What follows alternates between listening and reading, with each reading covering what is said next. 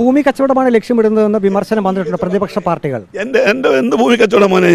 ഈ ഈ ഈ തവള പോലും കയറാത്ത ആറന്മുള പുഞ്ചു കൊടുത്ത് ഏതവനാണ് എടുക്കുന്നത്? നിങ്ങളെ എടുത്തു വേണേല് ഞാൻ ചുമ്മാറിനേക്കാന്ന് പറഞ്ഞല്ലോ. ഞാൻ പറഞ്ഞല്ലോ, എൻ്റെ 400 ഏക്കർ സ്ഥലം കേരള ഗവൺമെൻറ് വന്നാൽ ഫ്രീ ആയിട്ട് കൊടുക്കും, ഒരു പൈസ വേണ്ട. പിന്നെ ഗവൺമെൻറ് നിശ്ചയിക്കുന്ന വില ഒരു ഭൂമി എടുക്കും കൊടുക്കുന്നത് ഞങ്ങൾക്ക് യാതൊരു വിരോധമില്ല. എയർപോർട്ട് ആയിരിക്കണം, എയർപോർട്ടല്ലാത്ത ഒരു പ്രോജക്റ്റിനും കൊടുക്കുന്നത്. കാരണം ഞങ്ങൾക്ക് എയർപോർട്ട് വന്നാൽ ഒരു എയർ സ്ട്രിപ്പ് അവിടെ കിട്ടും, അവിടെ ഞങ്ങളുടെ കുട്ടികൾക്ക് ഫ്രീ ആയിട്ട് പഠിക്കാം. ആ ഒരു കാഴ്ചപ്പാടാണ് ഞങ്ങളുടെ കുഞ്ഞുങ്ങൾക്ക് ഏറ്റവും ജോലി സാധ്യതയുള്ള ഒരു എംപ്ലോയ്മെൻറ്റ് എയർക്രാഫ്റ്റ് മെയിൻ്റനൻസ് എഞ്ചിനീയറിംഗ്. ധാരാളം പ്രൈവറ്റ് എയർലൈൻ വഴിയാണ് നോക്കി നടക്കുക, പിള്ളേരെ കിട്ടാനില്ല. അതുകൊണ്ട് ഇനിയിപ്പോൾ ഒരു DGC കൊടുക്കത്തുമില്ല, ഈ കോളേജുകൾ നിർത്തിയവർ. അല്ല, ഈ ആവശ്യം ഇപ്പോൾ കൊടുമൺ എസ്റ്റേറ്റുമായി ബന്ധപ്പെട്ട് അവർ മുഖ്യമന്ത്രിയെ കാണാൻ നിൽക്കുന്നുണ്ട്, അവിടെ എയർപോർട്ടാണ്. അങ്ങനെ എന്തെങ്കിലും മുഖ്യമന്ത്രിയെ കാണാനോ? ഞാൻ ആരെയും കാണുന്നില്ല, എനിക്ക് ആരെയും കാണേണ്ട കാര്യമില്ല. ഏബ്രഹാം കലമണ്ണിൽ എന്ന് പറയുമ്പോഴും ആറന്മുള എയർപോർട്ട് എന്ന് പറയുന്നതും മുഖ്യനെയും പറയാം, നയനാർക്കറിയാം, അച്യുതാനന്ദനറിയാം, പിണറായിക്കറിയാം, ഉമ്മൻചാണ്ടിക്കറിയാം. ഇനി VD സത്യത്തിന് കേട്ട് കഴിഞ്ഞു. ഇനി ഞാൻ പോയി പറയണോ?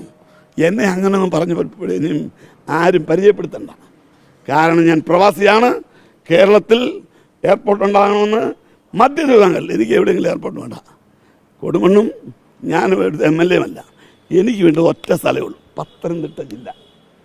ഡയറക്ടർ ഒരു ചോദ്യം, ആറന്മുളയിൽ ഒരു വിമാനത്താവളം വരണമെന്ന് തന്നെയാണ് അങ്ങ് ആഗ്രഹിക്കുന്നത്. അതിനുള്ള പ്രവർത്തനമായിട്ട് അങ്ങ് മുന്നോട്ട് പോകുമോ?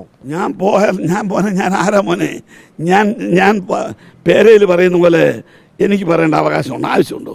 എടാ, ജനപ്രതിനിധികളില്ലേ, നിങ്ങൾ അവരോട് ചോദ്യം എന്നോടാണ് ചോദിക്കേണ്ടത്. അങ്ങ് ഡ്രോൺ സർവേ നടത്തിയിട്ടില്ല എന്ന് പറയുന്നു. ഡ്രോൺ സർവേ നടത്തിയതുമായി ബന്ധപ്പെട്ടാണ് ഇപ്പോൾ ജില്ലാ ഭരണകൂടം അന്വേഷിക്കുന്നത്. അങ്ങയോട് ഔദ്യോഗികമായിട്ട് എന്തെങ്കിലും കാര്യങ്ങൾ ചോദിച്ചിരുന്നോ? അവർ ബുദ്ധിയില്ലയോ? കളർക്ക് അറിയത്തില്ലയോ? ആ ഏബ്രഹാം കലോണാണ് ചോദിക്കേണ്ടത്. ഇവിടുത്തെ പോലീസ് ഡിപ്പാർട്ട്മെൻറ്റ് ആദ്യം വിളിക്കും, ആ ഡേറ്റ് ടൈം എന്തെങ്കിലും ഡ്രോണോടെ പറന്നോ? ഒന്നും പറഞ്ഞിട്ടില്ല, പിന്നെ ഏബ്രഹാം കലോണ ചോദിക്കേണ്ട കാര്യമുണ്ടോ? പറക്കാത്ത പ്ലെയിൻ്റെ കാര്യം എന്നോട് ചോദിക്കുമോ? ഇതൊക്കെ നല്ലപോലെ അറിയത്തില്ലേ? നിങ്ങൾ മീഡിയകൾക്കെല്ലാം അറിയാം, ചുമ്മാ എന്നെ കുഴയ്ക്കുന്ന ക്വസ്റ്റ്യൻ ചോദിക്കാതെ. എന്തുകൊണ്ടാണ് ഇത്രയും വൈകിയത് മറുപടി വരാൻ? എൻ്റെ ആത്മവിശ്വാസത്തിന് കാര്യമില്ല, എൻ്റെ ആത്മവിശ്വാസത്തിന് കാര്യമില്ലെന്ന്. 15 കൊല്ലമായിട്ട് ആത്മവിശ്വാസത്തിൽ ഞാൻ ഇറങ്ങിയ പൈലറ്റിനെ പൊക്കി കെട്ടിപ്പിടിച്ചത് നിങ്ങളൊന്ന് കാണണം വല്ലപ്പോഴും. 2005 ചള്ളക്കുഴിക്കകത്തെ മധുരയിൽ നിന്ന് പറന്ന് ആറന്മുള വിമാനം ഇറങ്ങിയപ്പോഴേ ഞാൻ അവനെ കെട്ടിപ്പിടിച്ച. കാരണം തൊണ്ടിട്ട് പുകച്ചാണ് ഞങ്ങൾ സിഗ്നൽ കൊടുത്ത ആ കാലത്ത്, അന്ന് അതേ ഉള്ളൂ. അങ്ങനെ ഞങ്ങൾ കൊണ്ട് ആവശ്യമില്ലാഞ്ഞിട്ടാണ് ഞാൻ ഇന്നും നിങ്ങൾ വിളിച്ച് ഓടി വന്നത്. ആവശ്യമില്ലാതെ ഇത്രയും പ്ലെയിനുമൊക്കെ ഇട്ടേക്കുന്നത്. എന്തിനാണ് ഇട്ടേക്കുന്നത്? കാശുണ്ടാക്കാൻ മാത്രമല്ല, ഇത് സമൂഹത്തിന് ആവശ്യമായ ഒരു എഡ്യൂക്കേഷനാണ്. ഇന്ന് ഇത് കേൾക്കുമ്പോഴേ എനിക്കെന്നും പ്രതീക്ഷയുണ്ട്. ഞാൻ UDF കാരനല്ലേ, ഞാൻ കേരള കോൺഗ്രസ് പാർട്ടിയുടെ പാർലമെന്ററി പാർട്ടി മെമ്പറാണ്, അല്ല കൊച്ചാളല്ല. ഞാൻ അങ്ങനെ ചോദിച്ചില്ലല്ലോ, ചോദിച്ചിട്ടാണ് കിട്ടേണ്ടത്.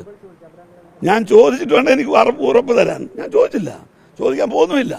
അവർക്ക് ആവശ്യമാണ്, ഇങ്ങോട്ട് വരുമല്ലോ. ഒരു എയർപോർട്ട് വേണമെന്ന് പറഞ്ഞ ഗവൺമെൻറ് പറഞ്ഞു, ഞാനാണെന്ന് പറയുന്നത്. അതൊക്കെ വെറും പുച്ഛമായ കാര്യം, തെറ്റായ കാര്യമാണ്. ഈ MP അങ്ങനെ അത്ര തള്ളാതെ രീതി സംസാരിച്ചു, നമുക്ക് പ്രതികരിക്കാൻ തയ്യാറായി. പക്ഷേ MLA അബിൻ വർക്കി പ്രതികരിക്കാൻ പോലും തയ്യാറാവുന്നില്ല. അത് കാരണം പറയാം, MPക്ക് കേരളത്തിൻ്റെ അല്ല പത്തനംതിട്ട ജില്ലയുടെ പൾസ് അറിയാവുന്നവനാ. 3 പ്രാവശ്യം ജയിച്ചു, ഇനിയും ജയിക്കുന്നവനാ. എവിടെ നിന്നാലും പത്തനംതിട്ട പൾസ് അറിയാമെന്ന് MP-യാണ് പ്രതികരിക്കേണ്ടത്. പാവം ഇന്നലെ വന്ന അബിൻ വർക്കിയോട് ചോദിച്ചാൽ അവൻ ഓടിപ്പോകുന്നതാണ് അവൻ്റെ ബുദ്ധി. ഇവരുടെ പോയിന്റ് മനസ്സിലായില്ല, അതാണ് എൻ്റെ ബുദ്ധി. അവൻ ബുദ്ധിമാനാ. എന്തിനാണ് നിൽക്കുന്നത്? അവൻ അറിഞ്ഞില്ല, കേട്ടില്ല, ഒന്നും അറിഞ്ഞില്ല.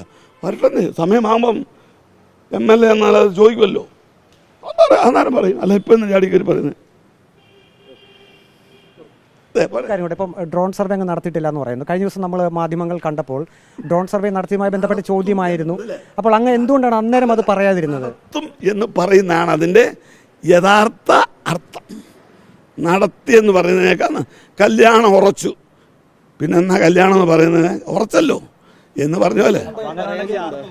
കല്യാണം ഉറച്ച കാര്യം മുമ്പോട്ട് പോകണം. കല്യാണം ഉറച്ച കല്യാണം പോകണല്ലോ. ഞാൻ ഉറച്ചെന്നല്ല പറഞ്ഞുള്ളൂ. എത്രയോ കല്യാണം ഉറച്ച് മാറിയിട്ടുണ്ട്. പള്ളി വരുന്ന പെണ്ണും ചെറുക്കൻ മാറുന്ന കാലം അല്ലയോ? അങ്ങനെ ഈ കല്യാണത്തിന്റെ കാര്യം എങ്ങനെ? അതാ ഇത് തന്നെ ഇത് അതിൽ അല്ലേ? താലി കെട്ടിക്കൊണ്ടിരിക്കുമ്പോൾ ആ താലി ഇട്ടച്ച് പോയ പെണ്ണിനെ എനിക്കറിയാം അല്ലേ? ഈ കല്യാണം മുടങ്ങുമോ? മുടങ്ങിയ പെണ്ണും ചെറുക്കനും ഇട്ടു അല്ലേ? പിന്നെ മുടങ്ങി പോവല്ലോ. പെണ്ണും ചെറുക്കൻ മാത്രം പോലെ വരാമല്ലോ. പെണ്ണും ഇഷ്ടപ്പെട്ട ചെറുക്കനും വേണം. ഞാൻ ഇഷ്ടപ്പെട്ടുകൊണ്ട് കാര്യമുണ്ടോ? എന്നെ കെട്ടാൻ വരുന്ന പെണ്ണൂടെ ചിന്തിക്കണ്ടേ? അതുകൊണ്ട് ഗവൺമെന്റ് ചെയ്യട്ടെ മോനെ. ഇതൊക്കെ നമ്മൾ ഞാൻ നടത്താൻ പോകത്തില്ല. എനിക്കതിനാവശ്യവുമില്ല. എൻ്റെ സ്ഥലത്ത് എയർക്രാഫ്റ്റ് മെയിൻ്റനൻസ് നടത്താനും ഫ്ലൈയിങ് ക്ലബ്ബ് നടത്താനും ഒരു എയർ സ്ട്രിപ്പ് ഉണ്ടാക്കാനും എന്തൊക്കെ DGC പറയുന്നതൊക്കെ ഞാൻ ചെയ്യും. അത് ഡ്രോൺ സർവേ കൊണ്ടുവരാൻ പറയാം. അവർ പറയും you bring A drone survey എടുത്ത് ഒരു സ്കെച്ച് കൊടുക്കും. അപ്പോൾ ഞാൻ എടുക്കും. അല്ല ഞാൻ ജാലിക്കരുതൊന്നും പോയിരിക്കുന്നില്ല. കോളേജിന് ഒരു എയർ സ്ട്രിപ്പ് എന്ന നിലയ്ക്ക് മുന്നോട്ട് പോകും കണിശമായിട്ടും. ഇവിടെ ഒരു ചെറു വിമാനങ്ങൾക്ക് ഇന്ന് വലിയൊരു പരിതാപകരമായ കാര്യം ഓൾ മീഡിയകളോട് പറയാം. ഒരു കൊച്ചു വിമാനം മേടിക്കാൻ കഴിവുള്ള ധാരാളം കേരളീയർ ഇന്ന് കേരളത്തിലുണ്ട്. മുത്തൂറ്റ്, ജോയി ആലുക്കസ്, ഒരുപാട് പേര്. അവർക്കൊന്ന് മേടിക്കണമെന്ന് അവരെന്നെ സമീപിച്ചു. അച്ചായ ഒരു ചെറിയ എയർ സ്ട്രിപ്പ് ഉണ്ടാക്കി തന്നാൽ ഞങ്ങളോട് പറന്നിറങ്ങാൻ പറഞ്ഞു. ഞാൻ പറഞ്ഞു നോക്കട്ടെ. എയർ സ്ട്രിപ്പ് എന്ന് പറയാൻ മാത്രം കുറച്ച് ഇൻവെസ്റ്റ്മെൻ്റ് ഉണ്ട്. അപ്പോൾ അവരെല്ലാം കുറച്ച് പണമൊക്കെ തരാമെന്ന് പറഞ്ഞു. പക്ഷേ മധ്യ തിരുവിതാംകൂറിൽ ഇന്നൊരു എയർ സ്ട്രിപ്പ് പോലും ഇല്ല. ഞങ്ങളതിനല്ലയോ ഹെലികോപ്റ്റർ ഇറക്കിയല്ലോ. ഹെലികോപ്റ്റർ അവിടെ ഇറക്കിയായിരുന്നു. ഹെലികോപ്റ്റർ സർവീസ് കൊടുത്തു കേരളത്തിൽ. പിന്നെ ഹെലികോപ്റ്റർ വെരി കോസ്റ്റ്ലി, എല്ലാവർക്കും യാത്ര ചെയ്യാൻ പറ്റാത്തതാണ്. ഒരു ഹെലികോപ്റ്ററിൽ 1 മണിക്കൂർ യാത്ര ചെയ്യണമെങ്കിൽ 75,000 രൂപ 1 മണിക്കൂർ യാത്ര ചെയ്യണം. അത് 4 പേരേ പോകത്തുള്ളൂ. അതുകൊണ്ട് അല്ലേ ഹെലികോപ്റ്റർ കൊണ്ടുവരാൻ പറ്റില്ല. ഒരു പ്രയാസമില്ല. ഓക്കെ പറഞ്ഞു. Thank you. നിങ്ങളെല്ലാവരും നിങ്ങൾ കാണിക്കുന്ന എന്നെ വധിക്കാനായാലും എന്നെ കൊല്ലാനായാലും എനിക്ക് നിങ്ങളോട് ഇഷ്ടമാണ്. എന്താ പറയുക, ചിലരെ കൊല്ലാൻ പറ്റുന്ന ഇഷ്ടമല്ലോ. ഞാൻ കൊല്ലുന്നതിനെ കെട്ടിപ്പിടിച്ചൊരു കൊടുക്കുന്നത് എന്താ പറയുക, എന്നെ കൊല്ലാൻ വന്നല്ലയോ, ചത്തില്ലല്ലേ?